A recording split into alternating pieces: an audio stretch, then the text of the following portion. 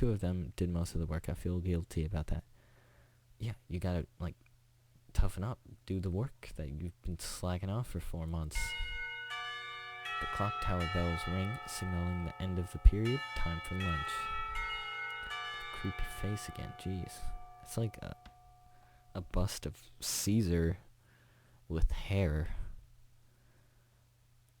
Hastily drawn. Without knowing what else to do, I follow Misha, who's beckoning me into the hallway and down the stairs. We descend even below the lobby where I met Mutao down to the bottom floor. Just like everything in the school, the cafeteria seems too spacious and oddly modern in contrast to this classic exterior. I hear murmurs. Its big windows open to the courtyard towards the main gate. Hello again. It's the cafeteria. Yeah, I see that. Didn't have to tell me that. An enthusiastic statement of the obvious makes people around us stare, but Misha doesn't seem to care, so we proceeded to move on. I have the feeling no one likes her. Or they're just annoyed. Incredibly annoyed by her. There's a rather long list of menu options, which seems great until I realize that many of them are to accommodate students who need special diets. So you're going for PB&J sandwich. I don't know why you buy PB&J sandwich. It just came out. What else? What would some mystery meat? Never ever had that at my school. I have had an enchilada where the stuff inside was gray. That was kind of disgusting. In the sense that it was great, but also not, because it tasted good. So I don't know how I feel about that. How nice. It almost feels like I'm back at the hospital, eating portions measured with scientific precision to meet the needs of the patients. I pick something at random and follow Shazam to a table, sitting opposite of her. Why are you mad at me? As I nibble indifferently at the food I'd rather not eat, Nisha pokes me in the side to get my attention and points to Shazam. Why are you frowning? What'd I do? I don't understand. Maybe looking at perfect. Okay. Do you want to know something? What? About anything. Where are you guys? So you should ask if there's something. I wonder. I'm not gonna do that. That'd be rude. Library. Yeah. Oh yeah, is there a library in the school? Lately I've gotten into reading a lot, so I'd like to check it out. She gives us a kind of friend that would make clear she doesn't consider reading a healthy hobby, but then picks up her smile again. There is in the second floor. We can show it to you sometime.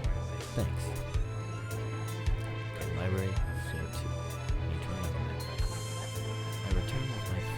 I return to my food while the girls talk between themselves. Misha and Suzume sound back and forth, very animated, throwing sideways glances at me, but Misha refrains from translating. Maybe they're talking about secret girl stuff or something. That would be...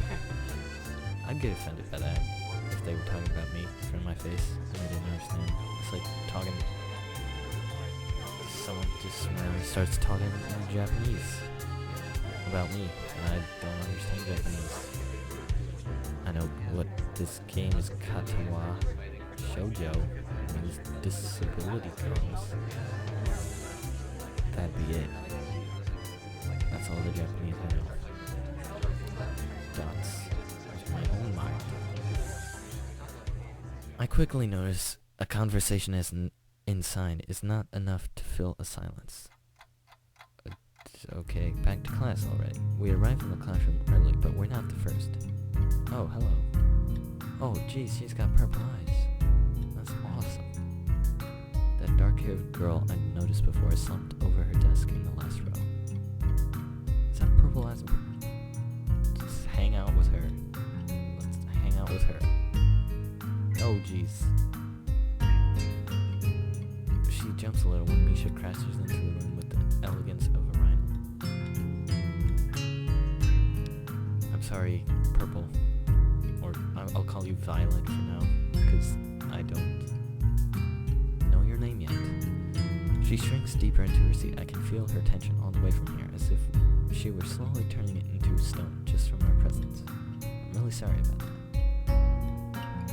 Misha and Suzume either don't notice or don't mind, as they walk directly past her to their seats and begin to converse. I'm left wondering about her, even when the classroom slowly fills with other students and finally the teacher. Getting into the rhythm of school feels strange. It's as if my brain remembers how this is done, but my body doesn't. Towards the end of class, I start yawning and counting the minutes left. I shouldn't be this tired on my first day of school.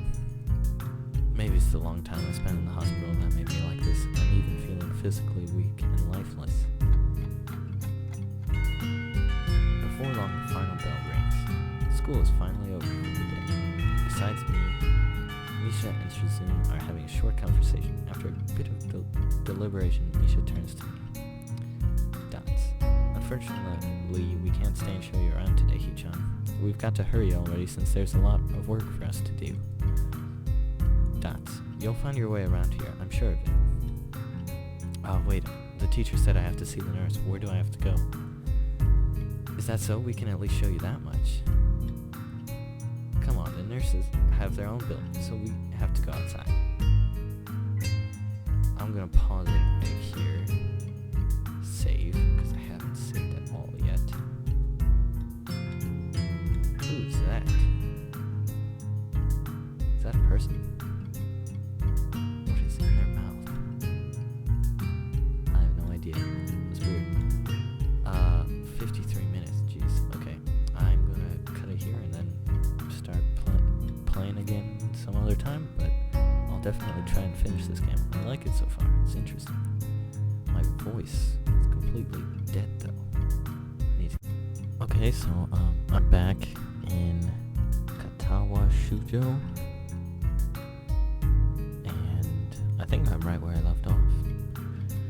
Okay, we join the flow of students making their way down the stairwell and outside, with the girls pointing out other senior classrooms in the same hallway as ours. When we get outside, the girls make their way to the smaller building right next to the square. It's built in the same style, so it looks like it's actually a part of the main building. Suzume. Dots. This is the auxiliary building here. There's a lot of official and important stuff inside, like the Yamaku Foundation office and all the nurses' offices. They even have a swimming pool. How is that official? Dots. Kind of disappointed. Don't be silly, Hichan. It's for physical therapy, of course. Anyway, all the nursing staff facilities are in there too. The head nurse's office is on the first floor. Okay, I feel like this is loud. So where is it? Better, hopefully. Anyway, all the nursing staff is first floor. You'll be fine from here, right? We'll be going then. See you tomorrow. Yeah, thanks, bye.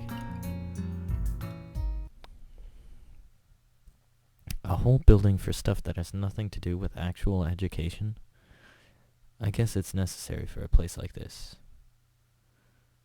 I walk in hoping to find that this will be only a quick visit like the teacher said.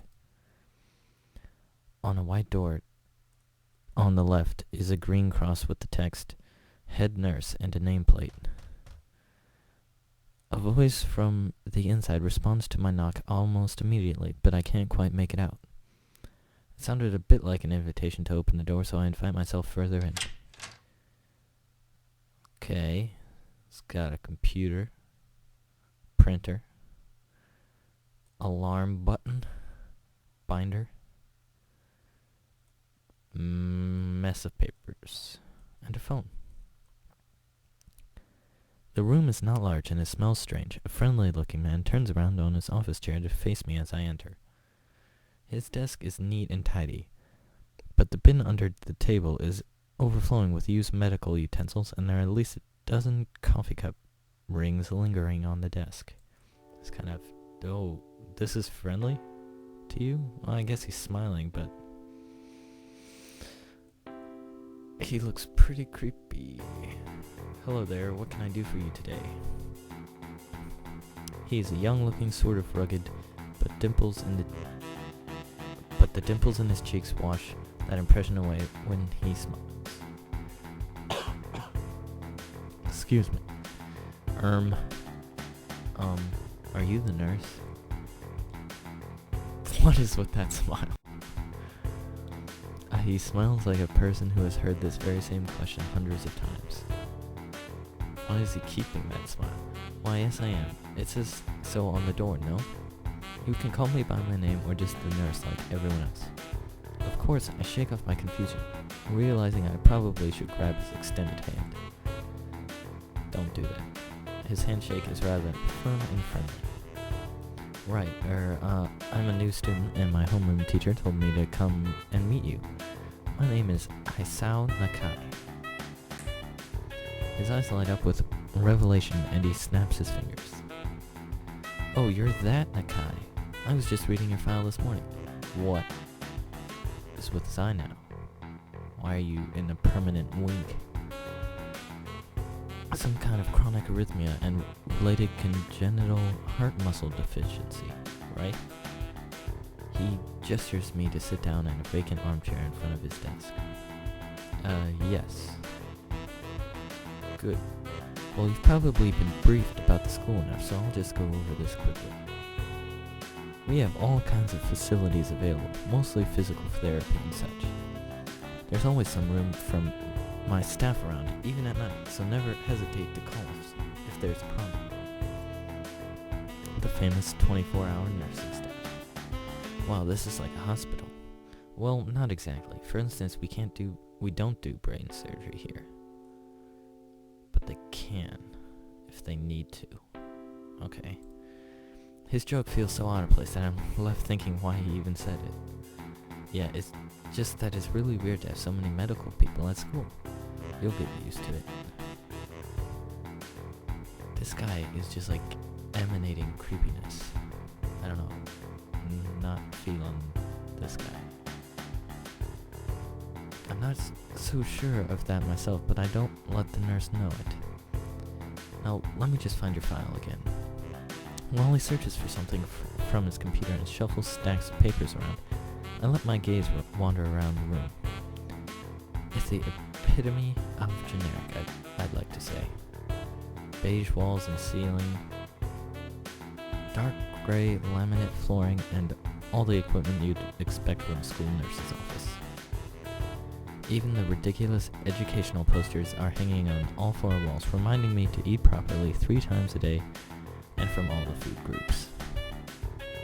Creepy smile again. Smiling, the nurse draws a thick file from the stack of similarly thick files and opens it. So you already have medication for the arrhythmia. Just remember to take your pills every morning and evening, or it won't be much help. And that, I want to call it a stink eye, but I know he's being nice. It's just creeping me out. Apart from that, do you do any sports rash stuff like, I don't know, boxing? He grins to show his own joke, but I don't. Well, I played soccer occasionally with some classmates. Alright, I'm afraid I'm going to have to recommend you refrain from doing that, at least for the time being. Oh. My lack of reaction makes him raise an eyebrow, but really, he's raising both right now.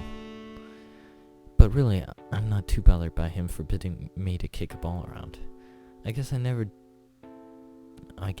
did it out of burning passion for the sport, just to have something to do. Any kind of concussion might be very dangerous to your heart, and risking another heart attack is not a good idea.